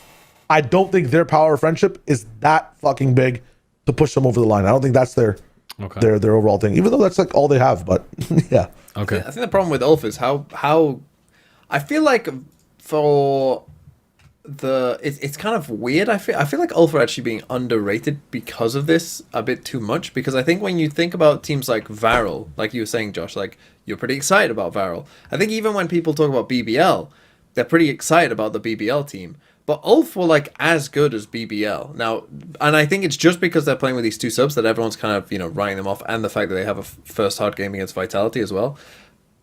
So I don't want to underrate this team, and I don't know enough about like the players that they're bringing in to like say, oh, they'll be fine. I think the problem is that it will be tough for them anyway, but I don't know if that's just like me and kind of everyone else thinking that, oh, this, like looking at their first game and be like, yeah, they probably won't win that, they probably won't be very good. Whereas that probably isn't the case. I think they've got some upside potential even in that first game, actually, because they are fraggers. Like, that's their win con, is that they just outshoot the Vitality players that hard. Let's talk about Vitality then, because they also have to play with a sub. That opening game, remember, is not going to be full-strength Vitality with Sayonara. That is going to be them playing with Kovac, I believe, isn't it? He's coming back. Unfake, sorry. Unfake. Where was I seeing stuff about Kovac? What have I lost? I've lost my mind, I think. Oh, yeah, they just parted ways with him. No, sorry. Yeah, with Unfake, not Kovac. So, yeah, how do you think this... I feel like there is a big change here. Sayonara was playing quite a lot of duelists for them in the offseason, playing like a true duelist to flex role to support Durka and allow them to play a lot of different compositions. This one feels fairly big to me. And especially considering he's going to be probably running all the way through Santiago. Yeah. I think definitive big type change, like coming into like kickoff itself. But I feel like after a game or two, especially on stage, Unfake just gets like really used to the system and things are looking fine for Vitality. They're not going to be the same Vitality they are with Sayonara, because obviously Unfake and Sayonara are two kind of very different players. But he's been playing with these guys before. He's not like a complete new hire coming in and not knowing how to play with some of these players. There's no like star factor of, oh my god, I'm playing with such insane people. Like, he's played against Kron and he's had good numbers. He's played with Durka like last year as well. I think just in the beginning, they're not going to have the same form they've been practicing for like the earlier part of 2025's offseason. That might hurt a little bit against a team like Ulf, who just wants to shoot. That might just make the difference. But after that, if they do fall to the lower bracket, or they have a chance to play Fnatic and they lose, whatever it is, they're just fine. They figure out what the Unfake filter is, what the Unfake feeling is on the team, and they're Vitality again. They're like, the stand-in is no longer a stand-in. He's part of whatever type of roster that roster is shaping out to be. Yep. Okay. All right, well then let's have a look at the final two teams. One is Envy. Envy are going to be playing the first game without Kesnit, probably. We were talking about Kesnit being one of the only people who could even fill in the first place for Kane Zero leaving. So, yes, who the hell do you even get to replace that role? And, what's right? B-Dog. B-Dog? What a pull! What the fuck? What are you talking about? Can you explain that? Who filled in for Furia way back in the day? He's just B-Dog. naming Turtle Tube players. B-Dog. I mean, he could, but like, what? Why? Where have you just pulled his name from? Really tall. I mean, I'm gonna pull a demonic name from the offseason. Didn't they pull Sinatra before for one of the offseason tournaments? They did. They love playing with people like Sinatra, and Fluorescent has also been with that group before as well, playing with like some of those guys at some point, I think. Yeah. Flo was playing in a team, like a mixed team with Ion and Kane before as well. Yeah. So, are they? So DRX. Yeah. We see where the angle's going, and I want to talk now about DRX. But before we go, just a quick rating. How badly, if with Kesnit not playing, do you rate this? Like, would you say that them without Kesnit is like they're going to be completely mid? Are they going to be fine? Or are they going to be even better? I think it depends entirely who they pick up. Some people would say even with Kesnit, they might not be that good. I think that's crazy. Dude, I think that's crazy, man. I think that's crazy. Envy should be favored in a game over EG with Kesnit playing. And I think if they lose that game because they picked up somebody who's like not close to Kesnit's skill level, then they should be able to rebound against similar level teams in the middle or lower bracket. EG is just a team that's really good at handling a team like Envy. They're really good at handling chaotic super fraggers. Like the people who are on that team are really good at just nerfing them down. Calm and Oki have had a history of nerfing and just playing against crew in the most super total demonic disastrous ways. Like sometimes yes it's 2-1, other times it's 2-0. They've been used to knifing this guy down, man. It's big chilling. You look at the history between Lev and crew last year and even a year before that. Like it's big chill. The stats are there. Like, and they have people like Superman. Yeah. Okay. Superman's in the business who's really good at also eyeing down a fucking a map, eyeing down around and knowing how to stop, like a star duelist who's trying to run at you. It's a thing. Look at the way these guys play. They like to let the enemy move first. They do. I sound like a chat GPT bot. But that was with nature as well. I mean, that was with a completely different. I don't know. I know, but I feel like probably this play that too. Dejazine should add a bit of madness into this team. I really would be surprised if EG played the same like super slow punish game that they did with Nature Calling. Like Dejazine's going to run at people, bro. He will, and I think that's one of the things they need to take over a team like Envy as well. They need some of that like firepower when they have a chance to clap back. I think that's the reason why sometimes they lose a map is because they can expect things, they can handle it, but then they have the fire extinguisher, but they don't have their own fire to burn the other house down. Okay, that's the issue. DRX. So then. They have that now. DRX are not necessarily playing with a sub, so they kind of sneak into the end of this list, but they have a very, very last minute roster change, which, considering how last minute all of their previous roster changes were as well, I'm suspecting Flashback kind of sprung it on them more so than they've been planning it for months, but who knows? It's possible that Flashback kind of saw this coming and has given them a lot of advance warning. But they have to play with Hermes instead. There's been reporting about Hermes, not a player that I've watched very much, but he should be able to fill in the role. Do you think it... I mean, Flashback was playing very, very well, though, last year for them. So I've got to imagine it knocks him down a peg or two. Yeah, yesterday Paper Thin and Chobra were talking about it, and I didn't know anything about Hermes, and they were like, yeah, Hermes is good. They were excited for Hermes, but they seem to agree that in the firepower department, it's a bit of a downgrade from Flashback. But at the same time, DRX, they've found players before, and we've been like, who the hell is this guy? And they've turned out to be pretty good. So yeah, I think it's going to be a downgrade, though, overall. I think it does put a bit of a dampener on them for kickoff. But, as I said, they're going to win London and champs, so it's looking good. Long term. Yeah. No, they just need to get TMV on as Nostradamus to predict exactly what's going to happen. Well, the bad news with DRX is I have never correctly predicted a Masters winner, so... They're fucked. They are. They're completely screwed. They're completely screwed.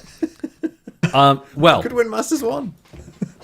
As you'll have realized from this point, there are an enormous amount of kickoff games to be played. I mean, we on this show haven't even touched the middle or the lower bracket whenever we've been talking about these kind of like matches that are happening. But there's just an insane amount to be able to go through.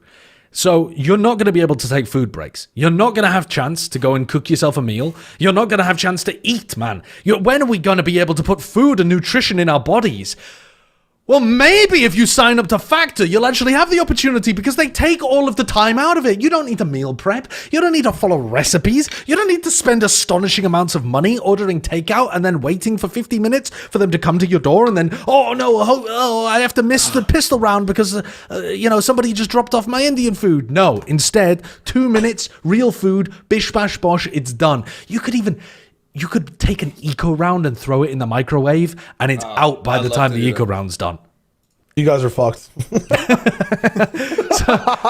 So that's the idea. If you want to eat better, if you have no time, or if you're just lazy, then Factor Meals is the place to be, boy.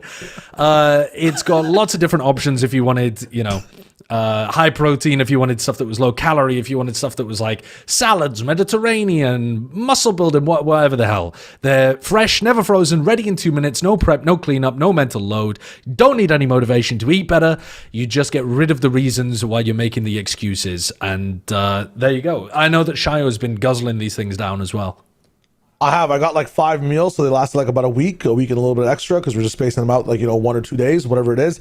Sage chicken tasted really good. Got some Mediterranean barbecue chicken as well. Lots of chicken options for me. We went for like the muscle building situation as well. Like I wanted smart calorie stuff. I lost 1.5 pounds on that week just eating factory meals, by the way. Saved about, I think, $120 Canadian on takeout as well. It was sick. And yeah, it's true. I didn't know that was part of the advertisement as well. The 2-minute thing, every single meal you put in the microwave for 2 minutes, you're big chilling. I am lazy. I also don't have time. I'm watching a lot of games. I'm playing a lot of games. We're playing RV there yet. I was eating factory meals while doing so. You get your greens in there, bro. My wife was so happy seeing me eat vegetables because I'm such a chicken-based boy.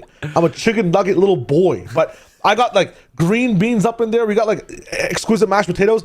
The first time I ate it, I'm like, damn, this is genuinely tasting like a restaurant meal. And I know it feels like I'm reading a script. I'm not. I'm looking at you in the eyes. It actually tasted that good. It was really good. I rate it. If I could get it again, I would. And in fact, I'm going to. I'm going to go to www.factormeals.com/vodfathers 50 off.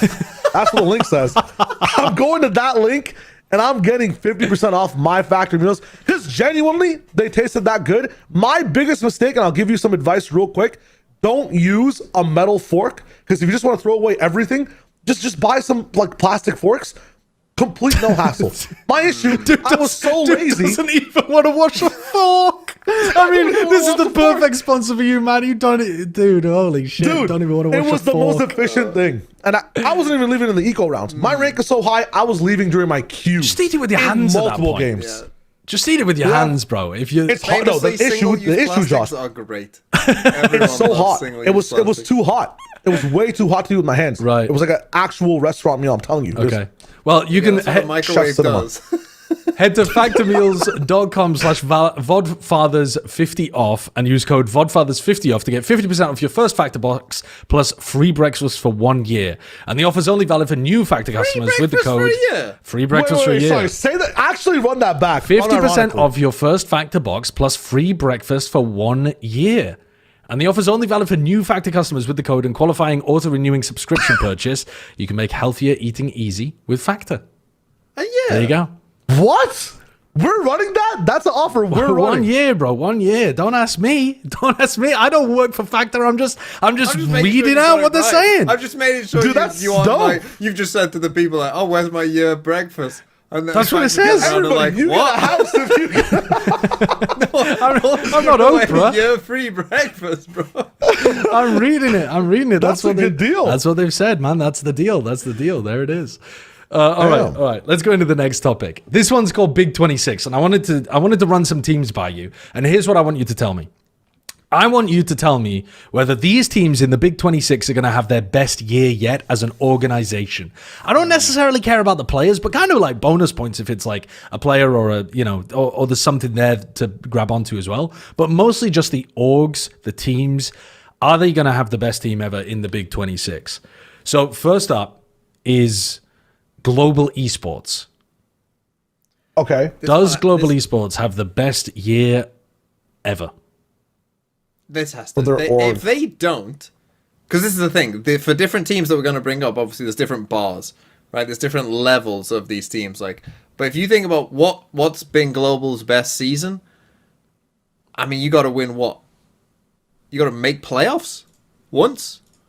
Is it even that, or like just even win a few more games? Like, can you tell me, TMV, what their highest peak was like in the season, if you can remember? Because for me, it was like what GE averaged like 1 win, maybe a split. Like, yeah, so in my eyes, the best like season 2 games in 1 split, if I had to guess. Yeah, if they win 3 or 4 games and still don't even qualify playoffs, say if they go 3-2, 3 and 4, and don't 3 games should get you into playoffs. So yeah, 3 should get you in. Okay, if 3 gets you in, then yeah, it's making playoffs. It's just making playoffs. I'm amazed that they never made playoffs at any point. Yeah, it is kind of crazy. And so this has to be their best year. If they don't, it's a massive blunder, underperformance. Right, because there's 2 opportunities to make playoffs. Would you say it's valid even if it's not that hard? Top 4? What? Top 4 of 6, yeah, to make playoffs. Oh, right, from your group. Right, yeah. I was thinking top 8. I mean, top 4 is good. Like, in the entire region is more than I was expecting. Yeah, but yeah, okay, top 8 in a region. Yeah. That's not Yeah. that's not that difficult. Okay, next team then. Giant X. Had a really good year last year. And so that's what I think makes this one a bit difficult. But most people are expecting them to keep some of that momentum going. So are they actually going to have a better year this year? Keep the momentum going for kickoff, Josh. I think that's where it stops. I think after that, they're going to have to dig deeper to keep that like light alive is my thing. So I think for the whole year, I don't see Giant X having a better year than last year. What did they? Okay, They made playoffs of champs. Did they only made champs last year? Yes, they only made champs, but they did make playoffs of champs. So it's more impressive than just making one international event. It's like you made the most prestigious one and you actually qualified to playoffs through groups. So they did pretty well. Here's my question to you. If they made every international and they made the playoffs of those internationals, so Santiago and London, but they only made groups for champs. Oh yeah, that's a better year? That's definitely a better Okay. year in my opinion. What if they only qualified to all 3 but never made playoffs? Tough. I think I would say that's a better year because it was more consistent, but I think that's open to interpretation personally. So I'm seeing where the bar is. I think with the amount of changes every team's made, and our caveat just being that some of them might not cook as much because there's people who might not be on the roster or they need some time, Giants might not have a better year than last year. I think last year is kind of a peak for them. Like, unless they make a crazy roster change. To be fair, 2023 as well, they also made champs. So they've had, and they won LCQ in that year. It's Sure. a bit different. So like both of those years, they kind of had similar years. I would say, like, just looking at it, it's kind of difficult, isn't it? Because looking at it from like where we are now, like you would think teams like Fnatic, teams like Heretics, teams like Vitality, we're expecting them to make champs, right? At least 2 of those 3 will make champs. So there's really only so many slots they could really get into. And like you say, to do better than that, really they need to make another international. So I don't think that they will do better. I think they could match it, but I don't think they'll do better. I think matching it would also be a really good performance from that August as well. I don't think that would be anything to be disappointed about. Vitality. I mean, So- last year their best year? For Last making year, I would assume so. Last year was probably their best year. Yeah, they made the first international. They won kickoff, didn't they? In order to make it to that point, or am I misremembering? Yeah, I think they did. Yeah, they did win kickoff against Liquid. Yeah. Yeah, so They did, yes. So like winning one of the 3 trophies available in your region and making it to an international. Like a lot of teams would be pretty happy with that year, but for what they built, it was a pretty huge disappointment actually. Then again, True. I'm looking at Vitality's Consistently, history. though- In 2024, they made it to the grand final in stage 2 and made champs. It's I made mean, champs. yeah, 12 the champs. that's true. Yeah. Maybe 2024 was better. I mean, yeah. Is that I don't better? know. I would say it probably is. I think more teams would rather make champs than finish like 4th in the first Masters. Possibly. Their champs run, though, was a pretty bad one. Like, going out in groups against Trace was... Now, granted, the worst Trace map actually veto of all was good, but yeah, that map veto was shocking. But I don't know. Let's say, I think they will beat it because I think they'll make multiple internationals. Okay. yeah, I'd agree with that. Okay. Extend that in. Based. Next. Appreciate that. Next, 100 Thieves. Now, 100 Thieves notoriously have had some shit years, but this But is... they've What is also their, had some is their peak. best year 2021? Wasn't their best year when they won? They won Yeah, LCQ. Is it not 2020? I think it's 2020. Well, when they won December, First Strike? You can't be going back to that as their best year. No, That's I think it's crazy. just First Strike into the beginning of 2021 is their best fiscal year. Like, of But that's operation so... as the Oh, org. but First Strike was so long ago. I'm inclined to say that even winning LCQ is better than winning First Strike in 2020. I don't know. Like, was that winning First Strike is 2021? why. But that's why they have the fans. That's where all the No, people they came lost- from. They lost LCQ to Cloud9. Well, then was They it did go- 2022? Sorry. They won an LCQ at some point. I just can't the remember which Short year. the Will Bang Stella team won. Yeah. It was Will 22. Benz, No, no. it was 2022. They won LCQ and they went to champs because of it. So that I think I 2021 think was better though. Wasn't 2021 better when There's they no made the shot. semi-final against Berlin? Masters Berlin. yeah. They made it to the final 4.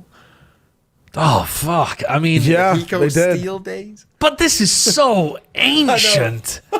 I mean, in I know. VCT like modern era, 2023 Partnership onwards, era. they've done nothing. In partnership era. Well, you say they did. They won a split. Don't That's forget, true. they- That's true. they So, won- Yeah. 2024, they Shanghai. did win a split and they went into Master Shanghai and they actually got fourth. So, hold on. I've got such an anti 100 Thieves bias. I keep thinking they've done absolutely nothing every year when actually the org has accomplished stuff. All right, this is giving me a fact check moment. That's got to be the best year. They use lifted a modern era. domestic Yeah. They lifted a domestic trophy in 2024 and went into Shanghai and placed top 4. That's gotta be their best year. Yeah, I think they go higher this year. You think? I think they make I mean, back-to-back they are your best internationals. team, so. I genuinely, I think they make London. And if you guys think, okay, here, how about this? Let me sell it to you this way. Do you think they make London or do you think they make champs? What's more likely? Neither. If they were just going to make one. Champs is more likely because more. Yeah, because there's more spots, I guess. I would say like a surprise factor in London with whatever change is happening or like a resurgence for the team actually meshing well together after a deep kickoff run. I think London's more likely. Okay. And then with that logic, if they're making London, they will use that to make champs. If they make London, Oh, because we can they'll see have right now points when and they stuff. the points. Yeah, I think they go pretty well inside the league to make London. In London, when we see them at internationals in general, when their team is clicking, they make like top 6, top 4, and that gets them enough to play well in stage 2 and make champs like MIBR did. Okay. So in my opinion, I'm not saying they might play at a level that's insane, like to that last time, but I think they make back-to-back internationals. I think it'll be London and Shanghai, personally. Okay. I mean, I'm a clear 100 Thieves hater. Like, my setup to this has just exposed my ridiculous bias, so I'm going to back out of this one. Yeah, I think it's better, though. I think this is the big 26 for 100 Thieves. If it's not... Okay, here's my last take on 100 Thieves. If this year sucks, they're leaving the league. I think they're not coming back 2027 post. Well, they wouldn't get I invited, don't know how guess. they would. Yeah. Okay, let's move on to the next team. Cloud9. A lot of people seem down on Cloud9. Cloud9 is the team that you thought 100 Thieves were. Right. They actually haven't been to an international, like, since... So basically for them, it's just making an international. Will they make an international? I think so, Yes. yes. 2021 champs. Absolutely. Well, 2020... dude, they have one of the best... 2021 champs, yeah. They have one of the best duelists in the entire world. Like, it's... Yeah, they did last year and they too. finally have someone to rally behind. Like, They did last it's a no-brainer. What? They did last year. Oxy comparatively They got to the closest. Penny? They got the closest last year.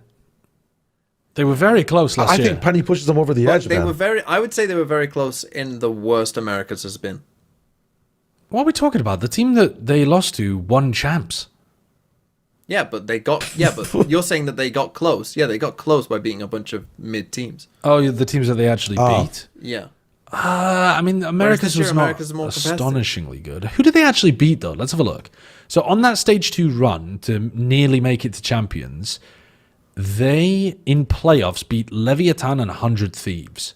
They went 2-2, losing to Sen and NRG.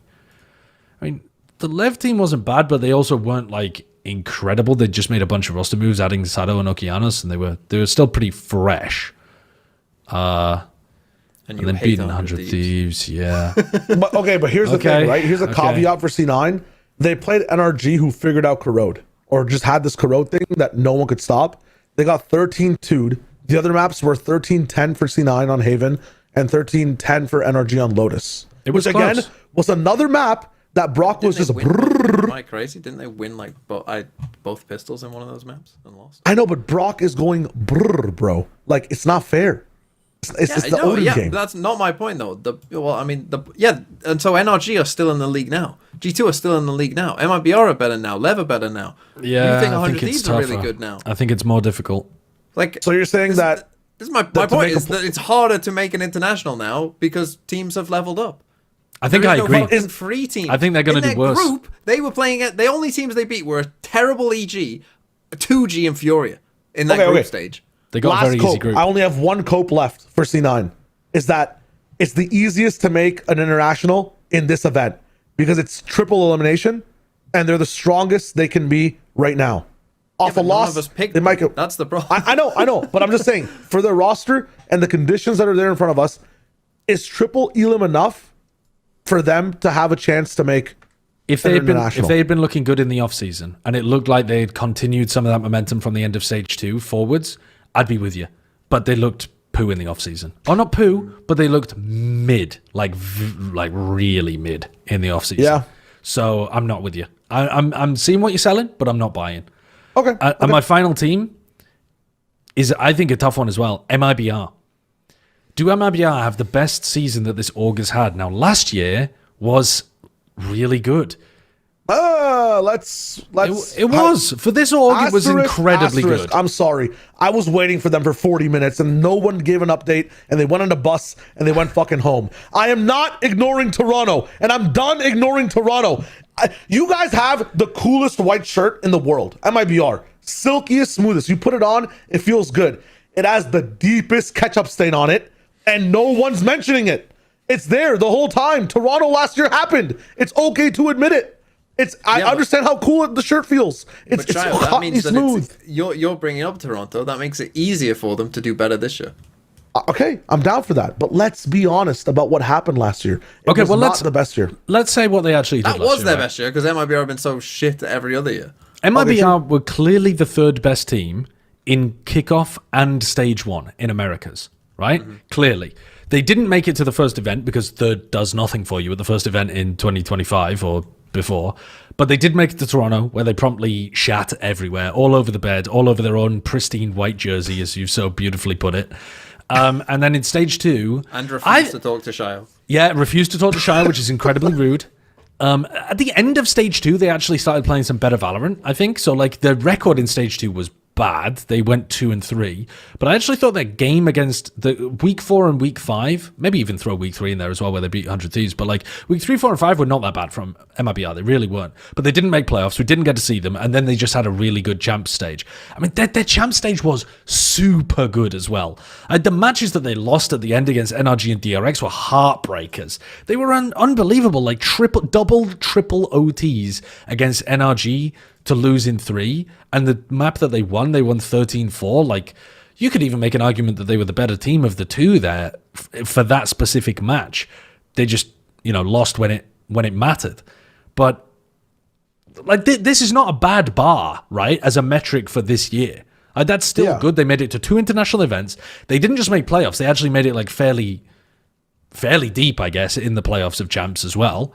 And then they've come third, I guess, across 2 domestic tournaments. But they should do better. You think they should do better? Yes, if the super team doesn't do better than that, that's rough. Yeah. Even though it's a higher bar. When measuring MIBR, we kind of have to reverse the scales. I think for everyone else, we're doing these win conditions of like, make a playoffs, make multiple internationals. You make a good point, Josh. These guys operate with OSPOS at an insane level when they're at internationals, when they're at champs. They struggle in the week-to-weeks, and they struggle in some of the non-champs situations. Does this roster have what it takes to play well in league play? Is the question you have to ask yourselves. I think with Zekin, Verno, and Tex, yes. Like, it's a no-brainer, and it's easier to say yes because we don't have to theorize about internationals. Just league play in Americas, I know it's elevating, but I'm going to ask, I guess, TMV first. Do you trust this roster to go like at least 3 to 4 wins? Not even 3 to 4. Do you think this roster can get 4 wins inside league play in this next year? Yeah. In each split? Depending on their group, but yeah. Yeah? Josh, do you think they can get 4 wins in at least one split, 3 wins in the other? Is it easy for them to do that? Definitely. Then this is the Big 26. I'm thinking for MIBR, like, what is if they don't make a top 3 in an international, is that a failure for this team? In any international, I would say it is. If you don't podium with a team like this, I would say that would be an underwhelming year. Yeah, I think so. But their issues last year were like, remember at stage 2 Americas, you might have already said this, I'm repeating it, but like those first 3 weeks, like Spank Theory exists for a reason, like they were the reason. They were looking completely missing, man. And that was after like missing at Toronto as well. So as long as that doesn't happen, if we can believe this team doesn't have that random gap, I think Zekin and Verno being on the same team as Ospas makes it so that doesn't happen at all. We're chilling. Okay. All right. I'm happy with that. Let's move along to Sink or Swim as our final segment for this episode. So this one is similar to our previous topic, right? But instead of saying whether they're going to have the best team, the best performance of all time, are they going to go up or down based on the previous year? And it's all brand new teams as well. We're not going to recycle any of the teams we just talked about. But are they going to go up or down? Are they going to sink or are they going to swim? So first of all, paper Rex. Are they going to sink? Are they going to swim? Are they doing better than they did last year? Oh man, TMV? I'm gonna say that they float. Fucking hell, he's immediately broken it. No. He's such a Actually, weasel. I choose or. No. I choose or. I choose or. Because swimming for Paper Rex would require winning multiple tournaments. Yes, how or they at can. least they'd have to Sinking. win one and go deep in, even deeper. I mean, they went deep in champs. Yeah. So yeah, they'd have to win multiple internationals. I think that's pretty tough. And so but I don't think they'll sink, because sinking, I guess, is not winning any international. Even though I predicted DRX, I'm going to say odds are that they win one, so they float.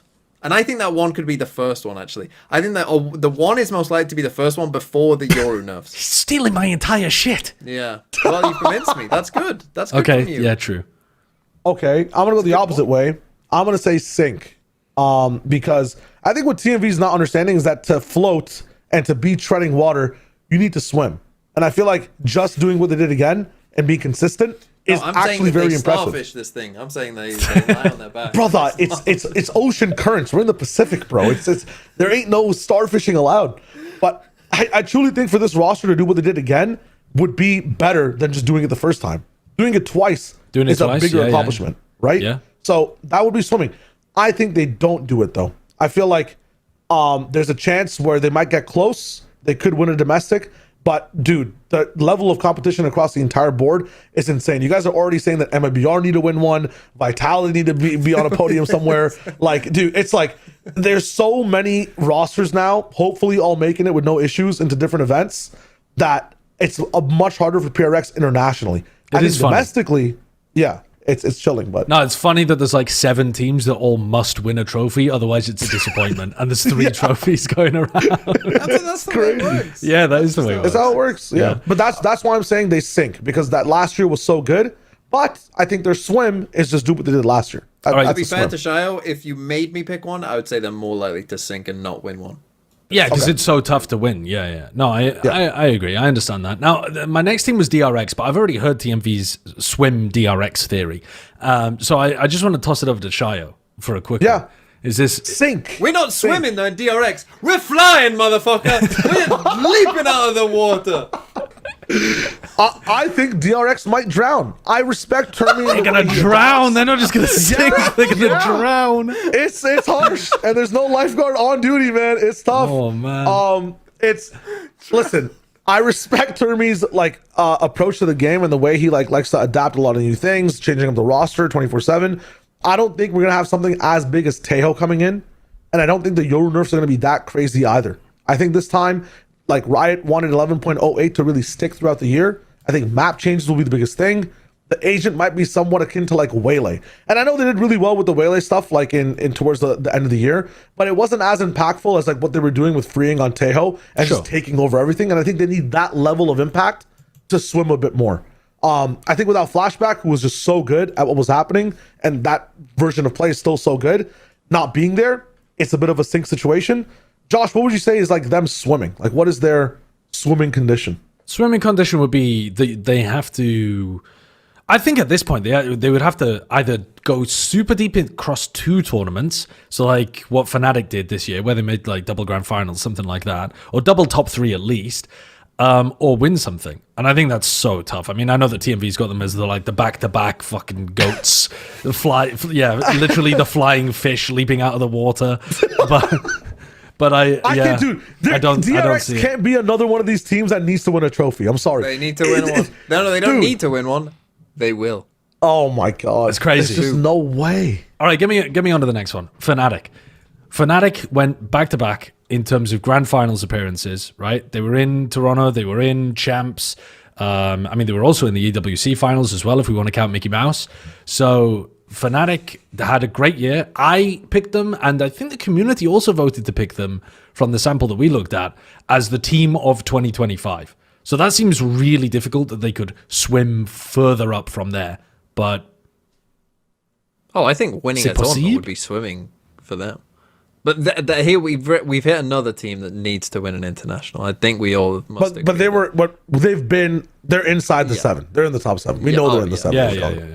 Yeah. I think I think they're more likely to sink though. Like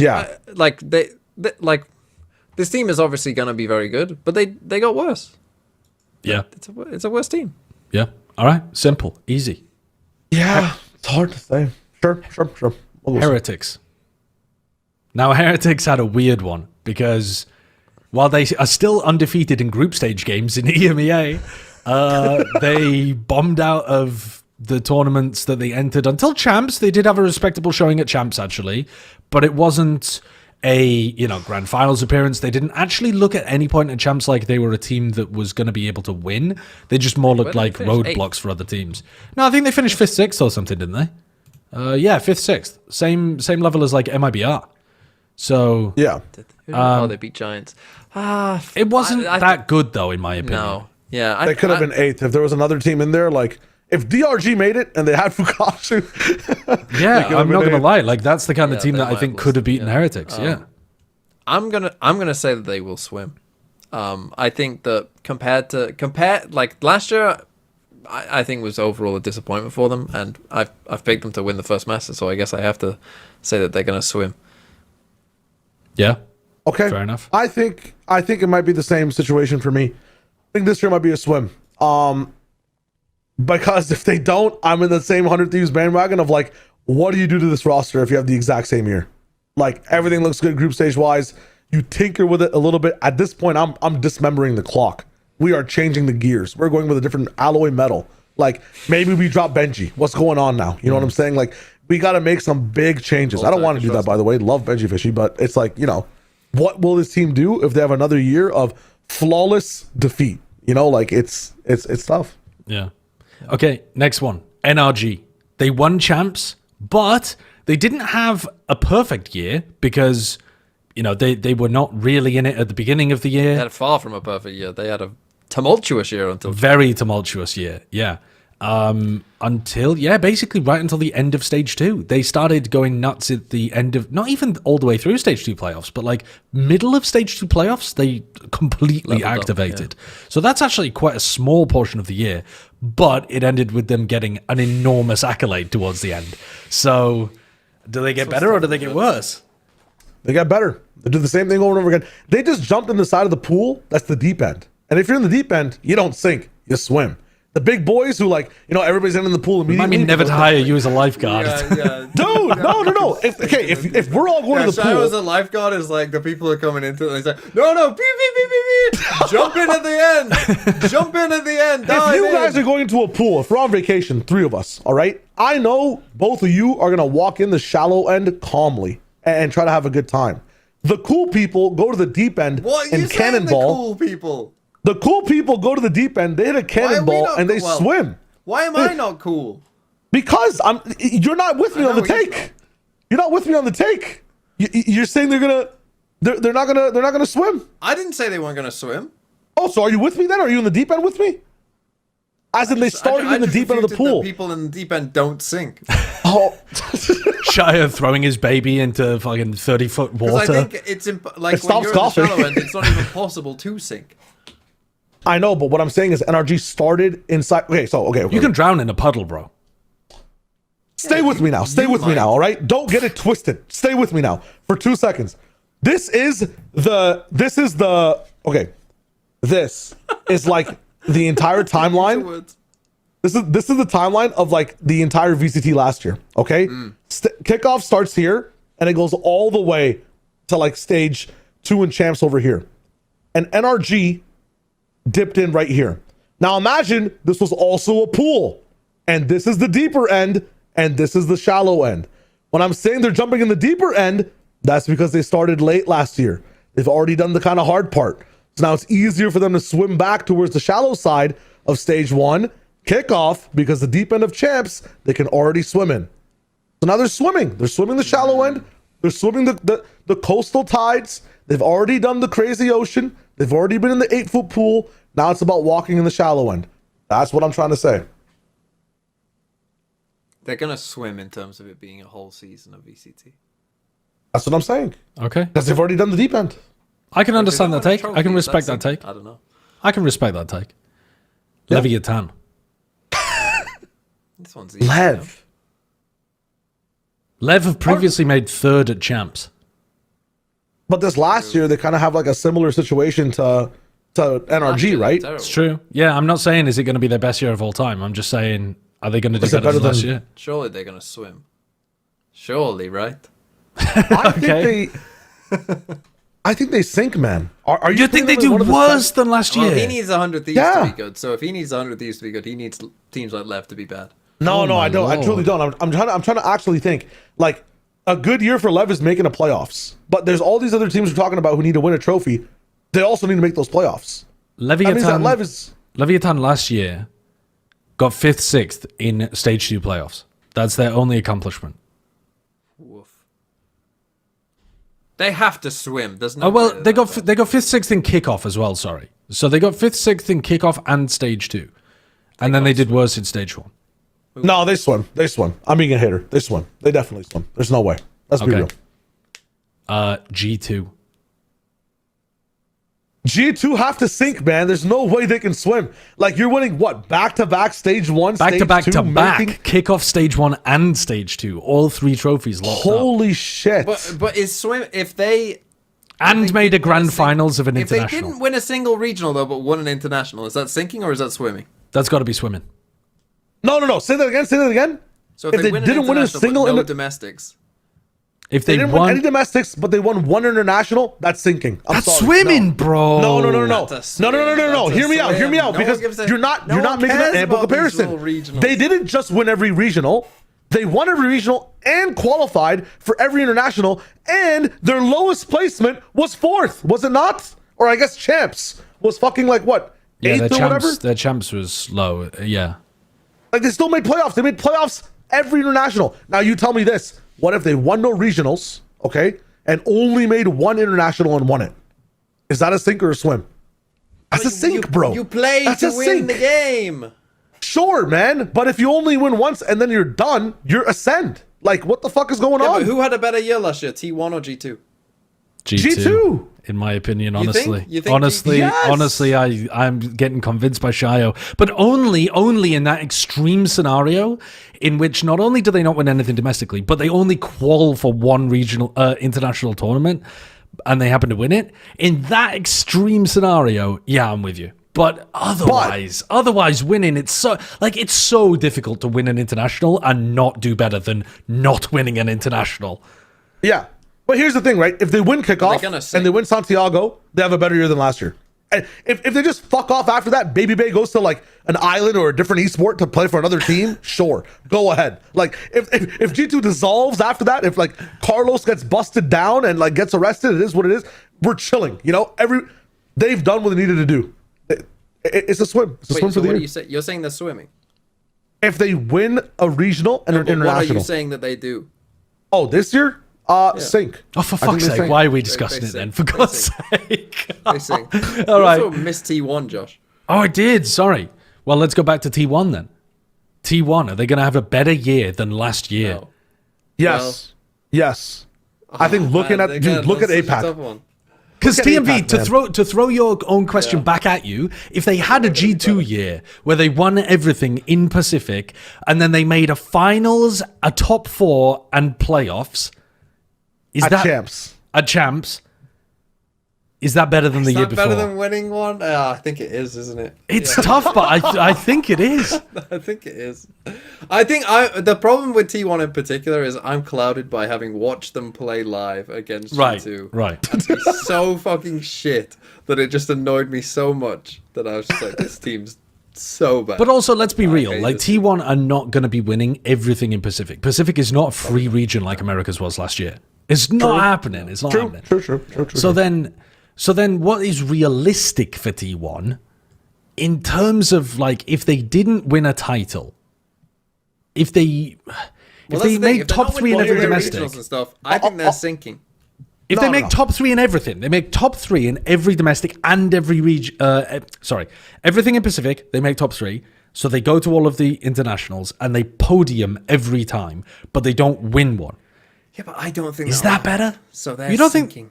Okay. No, I think that's a swim, bro. I think if they get to every international Yeah, this year, that would and be a in swim, one of but them they're they not going to podium, do it. One Oh, of but you think they're not gonna the do one podium is not better than one title. Yeah, exactly. I don't know. One podium plus being in everything, and That's then not top better. 3 in your region. I don't think that's better. I think they will. I think they are likely to win one regional and finish in a top 3, maybe a second place. This topic, by the way, That's is worse. perfect That's worse. rage bait. There's Yeah. like 100 people in the comments right now screaming care about the about way the that I'm they rage rate baiting and stuff. myself. I Leave your disagree with what I comments. said 10 minutes Shia ago. will read them, and I will think less of you. All right, final team, also from the Pacific region. Full sense, but when compared to last year's talent. So not full sense compared to full sense previously. Full sense to last year's talent, who were 50-50, checkerboard. We win every week, we lose every week. Up and down, up and down. This year, are they going to be better or worse? Up or down, sink or swim? They are flying past that. What's that They're thing called when you're in the flying past that. bathroom? Like you finish pissing and then you got to wash your hands. What do you use? A towel? Soap. Oh. No, like water. what are you going to? Bro, when you me wash your washing my hands with a towel.